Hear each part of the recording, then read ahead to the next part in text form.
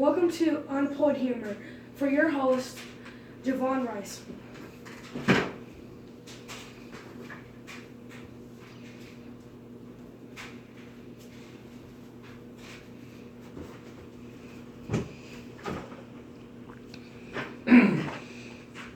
Thank you, Bob. You're welcome. Kind of warmed up my chair a little bit. That was kind of cool. Yeah. Hello, America and the rest of the free world. As he said, my name is Javon Rice. Not Joe, not John, Javon. And today, I'm going to run through some topics that I found on the internet that was hilarious to me. Made me laugh. Because these headlines, it makes you stop and think, am I the type of guy to be doing this? Probably not. Who knows, unless you try. So let's start out with a topic that I thought was hilarious. Now, I ran into this as soon as I woke up, and I'm like, yeah, I gotta use this. I hope everybody's ready for a little bit of unemployed humor. So today, to start everything off, we're going to talk to the people in Idaho. Because you guys come up with some crazy stuff. And I thought my wife was the only one that was crazy. She's crazy in a good way. You guys are as crazy as wearing underwear on your head during a burglary. Now, you know all them times when you go through your closet and you can't find a mask to cover your face? Maybe it should dawn on you. Maybe I may not want to steal anything today. But in case you do, this guy has come up with an idea. In Boise, Idaho, police in southwest Idaho say a man chose briefs over boxers. Briefs, everybody, briefs. The man needed to see, unfortunately, to wear on his head as he held up a coffee shop and stole a safe. Out of all the things you could rob, you choose a coffee shop? Just for the safe? Come on, man. You gotta be smarter than that. If you really want to hurt people while you're robbing them, take the coffee beans. Nobody's going to miss them.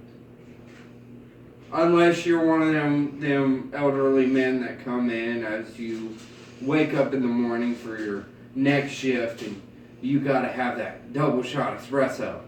Then you see a guy walking out the door with 20 pounds of coffee beans.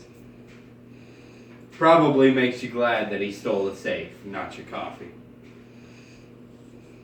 Alright, let's move on to Illinois.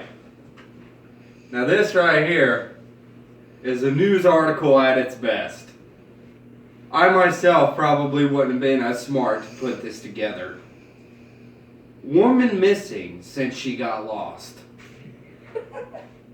Is it safe to say, America, that she would have been found in the least expected place? Maybe if you look in the first place you're supposed to look. She might be there. What if authorities missed her because she was the first lady in front of them to hold up a sign saying, "I'm here"? That's easy to miss, isn't it? If you have two eyes. I mean, I can understand if you have one eye. That'd be easy to miss. But you have two eyes. You are police officers. How do you stop looking for a... Now this is not a child, everybody. This girl is 25 years old.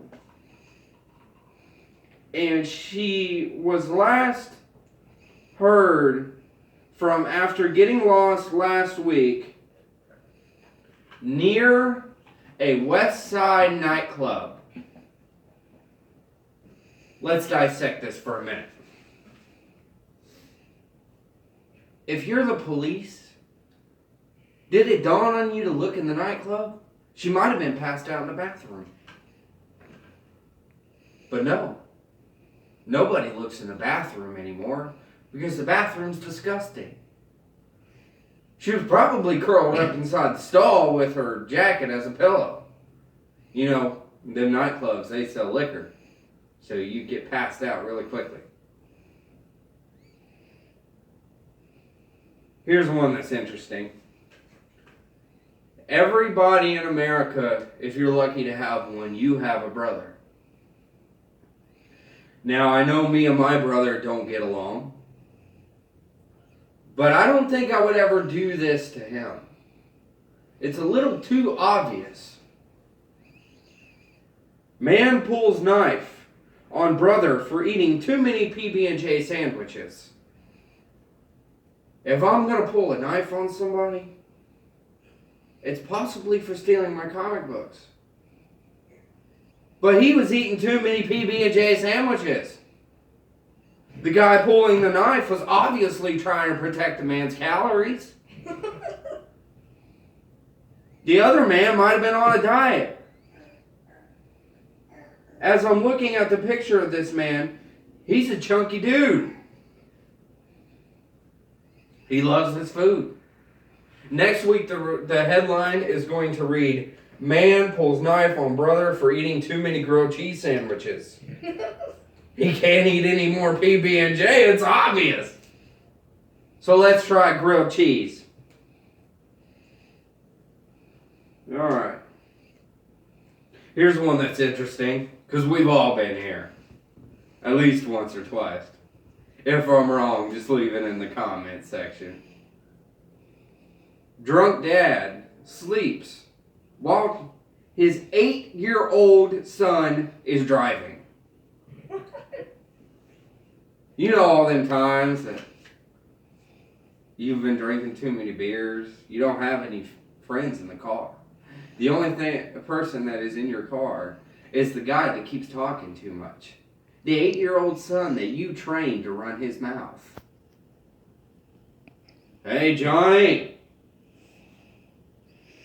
you need to start driving. I can't see." What are you going to do if your 8-year-old gets pulled over by the cops?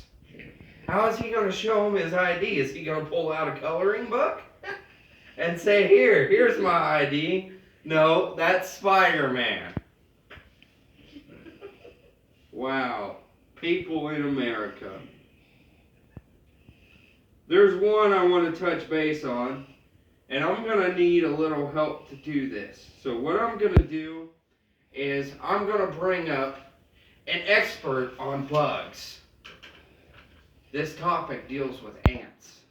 Apparently, an invasive ant species is spraying acid on native seabird chicks. Not the adult seabirds, this is the babies. Joining me now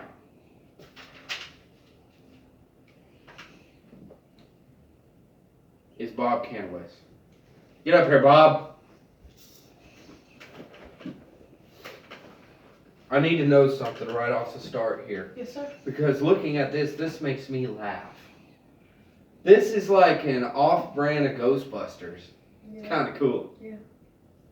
So, as an expert on bugs, you go to school, your teachers talk to you about bugs sometimes in science, right? Just a little bit. Okay. Touch base sometimes. Now, why do you think the ants are spraying acid on the native seabird chicks and not the adults? Is it like an isolated targeting event?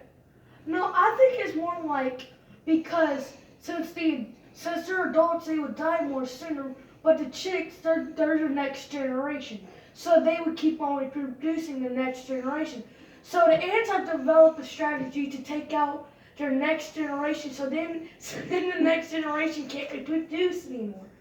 So then that species dies out, and the ants are more. So what you're telling me is that these ants have come up with a whiteboard. They're drawing strategies up, saying, you know what? Screw the adults. Let's take out the babies first. Yes, basically yes. Okay. Except not the white part. I don't think they can get a marker that far deep in the forest or jungle, whatever climate you live in. You have a dog, right? Yep. You love your dog? Yep. Why don't you tell America what your dog's name is? Collar. Collar. Like the thing he wears. The reason why we call him Collar is because he has a white strip of fur that goes all the way around and looks like a collar, but it's actually fur. So there you go. Just tag that. You don't need to buy a collar. He already owns one. So if I read you this, okay, man wakes up to find dog chewed his toes off. What's your first thought? If your dog was around your feet while you're sleeping, I don't know about you, but I'd be kicking the dog off like, hey man, these are my feet. Go chew your own damn feet. What do you think? What's your thoughts? Well, first, the dog might have rabies.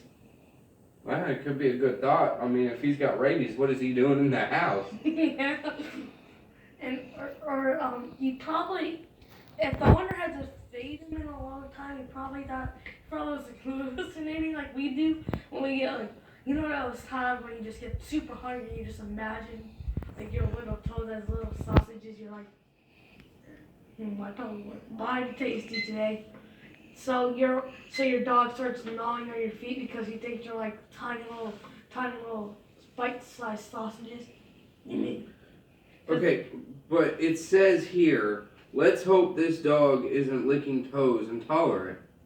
Roger Brown of Brazil woke up Wednesday morning to find his trusting puppy licking his feet. Does that tell you that maybe you shouldn't trust your dog anymore, or should you be training him to not be eating your feet? Training him not to eat your feet. And this ain't far-fetched, America. I have a cat, and his name is Simba. You'd be sleeping, and that cat likes to lick between your toes. It's weird, but it feels like a big old cotton ball just tickled the bottom of your foot. Why can't keep it together? We all can't keep it together. It's just been one of them days. You find all these things and it's like, whoa. Whatever, you know what I mean? Okay, Mississippi. Mississippi's literacy program shows improvement. Now, I know you can't see this, but I just want to let you know how they spelled Mississippi in their literacy program. Missippi''. Now, I don't know about you, but if I was in, what grade are you in? 5th. If I was in 5th grade, my teacher would give me an F. My teacher would, because first, I'm pretty sure that's not how you spell Mississippi. And second, you did not. Look at this. Look at this right here. Look how they spelled it. Yeah, that's not how you spell it. That's completely incorrect. And why do you have to put an S at the end? You just put it as Mississippi. So would you say that their literacy program is showing improvement, or do you say it's rapidly declining? Rapidly declining. It's like, it might start up here, then it's going dun, dun, dun, dun. Now super dun. That makes me think that my 2-year-old has a chance to spell Texas. Seriously. My 2-year-old can spell Texas now. Mississippi, thank you for the encouragement. Alright, moving on. Okay. Man loses life savings at carnival. Wins stuffed banana with dreadlocks. This banana had hair. It had hair. Well, the first thing I gotta think here is, why are you spending your life savings at a carnival? Ain't it like $5? $5 a game? I mean, for real. That's like, your life savings is $1 million. That's a lot of bananas with hair. I know. Yeah. Would you be spending your life savings on a banana with hair? I'd be spending on college. Get nice degrees, get a nice job, nice house. What if this degree was to go to a carnival to get a banana with hair? You'd be a genius. I don't know what I do. I'll probably go up to the president and ask him, what have you done to poor America? Poor America. You really think that Trump would be sending somebody over to get a banana with hair? Yes, I feel like he is that stupid. And that's my personal. I don't think there are some people that like Donald Trump, but me, no, not at all. Oh, wait. It said this man is 30, and he filed a police report after he says he lost over $2,600 million on a Jamaican banana with hair. What? I'd be filing a police report on the banana with hair instead of losing my money. And why are you there with that money anyway? Why? Like, do you know how far that could get you in life? And then you are getting into a banana with hair? Well, I appreciate you joining me, Bob. I'll bring you back up if I ever want to talk to you about anything else. Alright. Take care of yourself. You too, son. That was Bob. He's a genius in 5th grade.